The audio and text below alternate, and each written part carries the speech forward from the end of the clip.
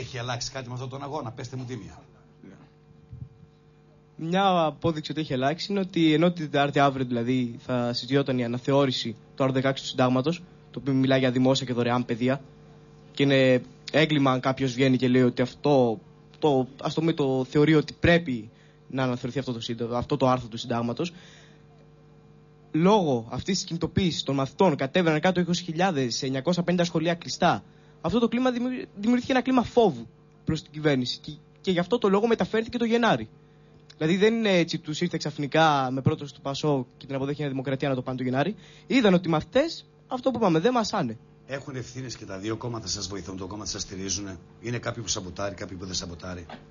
Εμείς σαν μαθητές ζητάμε κάθε κόμμα να πάρει θέση στον αγώνα μας και να δούμε τι λένε τα κάθε κόμματα. Δηλαδή τι λένε, μας στηρίζουν ή όχι. Η κατάσταση που βιώνουμε μέχρι τώρα ευθύνεται αποκλειστικά το ΠΑΣΟΚ από το 98 και μετά. Αυτό που πάει να γίνει με το πόρισμα που θα φτιάξουν ένα ακόμη χειρότερο σχολείο, το οποίο αν αυτό μας τρέχει, αυτό που πάνε να φτιάξουν, δεν θα λέγεται σχολείο, θα λέγεται επιχείρηση σχολείο βασικά, θα είναι καταστροφικό για μας. Δηλαδή θα έχουν ευθύνη και τα δύο μεγάλα κόμματα. Το έχετε καταλάβει ότι οι γονείς σας ή ο κόσμος είχε σχηματίσει μια αντίληψη ότι οι μαθητές και οι φοιτητές τα τελευταία χρόνια, να το πω ευγενικά, κοιμώνουν στον ύπνο του δικαίου και ξαφνιαστήκανε. Έχουν ξαφνιαστεί. Εσείς πώς βλέπετε σήμερα τις τηλεοράσεις, τους δημοσιογράφους, και πες μου τίμια αν νιώθεις ότι βγαίνει η αλήθεια στα κανάλια, αν νιώθετε ότι μπορεί να σας κουκουλώνουν, να σας μπουρδουκλώνουν? Πες μου την αλήθεια. Ό,τι αισθάνεσαι. Βλέπεις τηλεόραση, θέλω να μου πεις τα αισθήματά σου, τι βλέπεις. Κοιτάξτε, οι δημοσιογράφοι τα κάνουν υπερβολικά. Δηλαδή, εντάξει, έρχονται στο σχολείο παράδειγμα και μας λένε κάντε ότι παίζετε τάβλη, είναι πολύ ωραίο. Και μετά βγαίνουν και λένε το μόνο που κάνουν στις καταλήψεις είναι να παίζουν τάβλη. Δεν κάνουν τίποτα άλλο. Αυτό είναι πάρα πολύ σημαντικό που λες. Ήρθανε κανάλια και μας το είπανε. Ακούνε και κόσμος εδώ. Αυτό έχει μεγάλη σημασία να καταλάβουν ο κόσμος, ότι μπορεί να πεις χαριτωμένα σε ένα παιδί, έλα παιδί μου παίξει ένα τάβλη, και μετά να λες παίζουν τάβλη. Για να δημιουργείται η εικόνα ότι τα παιδιά παίζουν τάβλη.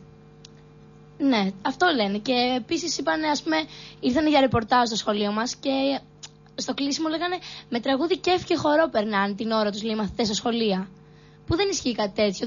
Δεν μπαίνουμε μέσα για να το κάνουμε κλαμπ το σχολείο ή για να τραγουδήσουμε, να χορέψουμε. Δεν κακό και να τραγουδήσει κάποια στιγμή. Όχι, αλλά δεν είναι μόνο αυτό. Μόνο Βεβαίως αυτό δεν είναι παρουσιάζουν. μόνο αυτό. Δεν παρουσιάζουν την άλλη πλευρά. Γιατί το κάνουν αυτό? Γιατί θέλουν να σπάσουν τις καταλήψεις. Θέλουν να φοβήσουν τους μαθητές, να δείξουν ότι δεν κάνουν τίποτα άλλο. Το μόνο που δεν έχουν αιτήματα.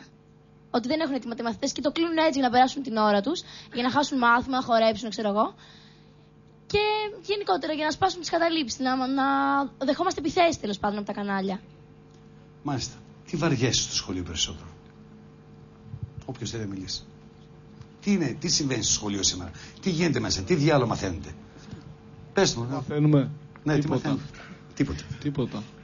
Αλήθεια περιμένετε να Πληροφορίες. πάει? Πληροφορίες ασύνδετες. Πολλές πληροφορίες. Ωραία, πολλά βιβλία, πολλές πληροφορίες, όλες μαζί, τις οποίες μετά από 2 μήνες το πολύ, αφού τελειώσει το σχολείο και έχουμε δώσει εξετάσεις, δεν θυμόμαστε τίποτα. Έχετε δασκάλους, καθηγητές, οι οποίοι οι ίδιοι μετά σας κάνουν φροντιστήριο? Ιδιαίτερα, ναι. υπάρχουν τέτοιες περιπτώσεις. Υπάρχουν τέτοιες περιπτώσεις. Πώς βλέπεστε στα μάτια μετά? Με τον καθηγητή. Ναι, δηλαδή, σας ευνοεί, δεν σας ευνοεί? Στους βαθμούς. Ναι, πού αλλού? Ανάλογα τις επιδόσεις. Στο σπίτι ή στο σχολείο? Και τα δύο. Θεωρείς δικαιολογημένο ότι οι καθηγητές έχουν φτάσει στο σημείο αυτό που αναγκάζονται να κάνουν κιόλας, γιατί πρέπει να συμπληρώσουν το τους? Προφανώς. Εγώ τουλάχιστον το καταλαβαίνω και το κατανοώ. Καταλαβαίνω δηλαδή. Και είναι και ένα από τα αιτήματά μας. Λέμε ότι θέλουμε και τους καθηγητές μας να πληρώνουν καλά, έτσι ώστε να μπορούν να κάνουν και το αντίστοιχο μάθημα. Να μπορούν να προετοιμάζονται από το σπίτι, να κάνουν δουλειά στο σπίτι και όχι απλά να παίρνουν την ύλη του Υπουργείου και να έρχονται και να παραδίδουν την ύλη του Υπουργείου 2 σελίδες, 3 σελίδες, πώς είναι αυτές, 20 ας πούμε. Και αυτό και τέλος. Τι θέλετε να πείτε στον κόσμο? Σας κοιτάει ο κόσμος και λέει τι θέλουν τα παιδιά αυτά. Ξέρετε τις απόψεις του κόσμου, ξέρετε πώς διαμορφώνονται οι τηλεοράσεις, ξέρετε τι γίνεται πάρα πολύ καλά. Είστε έξυπνοι, είστε όριμοι για μένα και για πάρα πολύ μεγάλη μερίδα του κόσμου. Θέλω πραγματικά να κοιτάξετε τον κόσμο στα μάτια και να του πείτε τι θέλετε.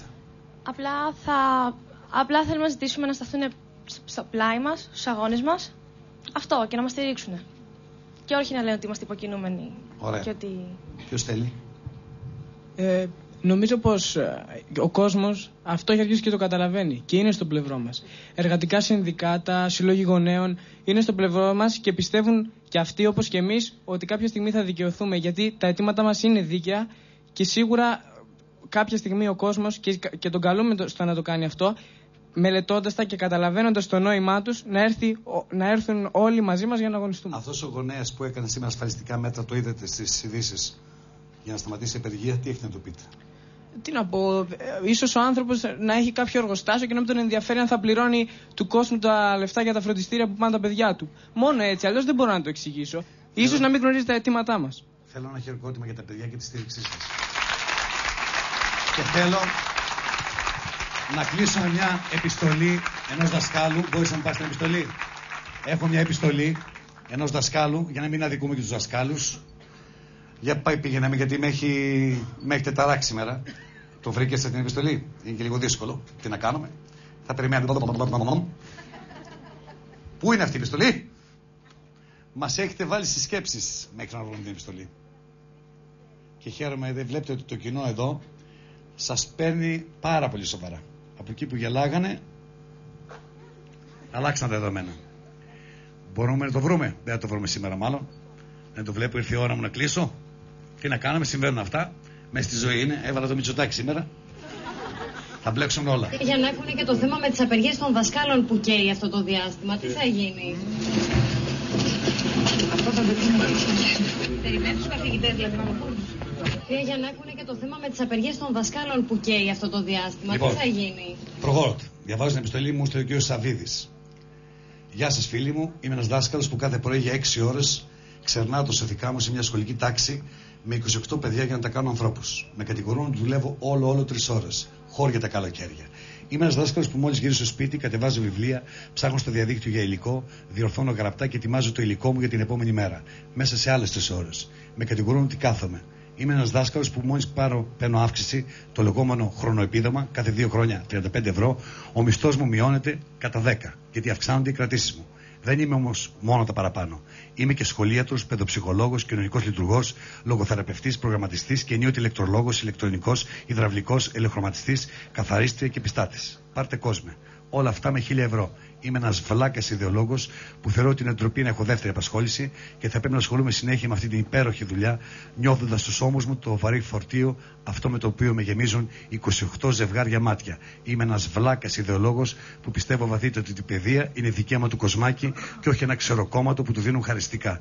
Πόσο βλάκας είμαι τελικά, συγγνώμη για την ενόχληση. Καμία ενόχληση. Αλτσαντήρι News, σε λίγο πάλι μαζί. Ευχαριστώ πάρα πολύ, παιδιά.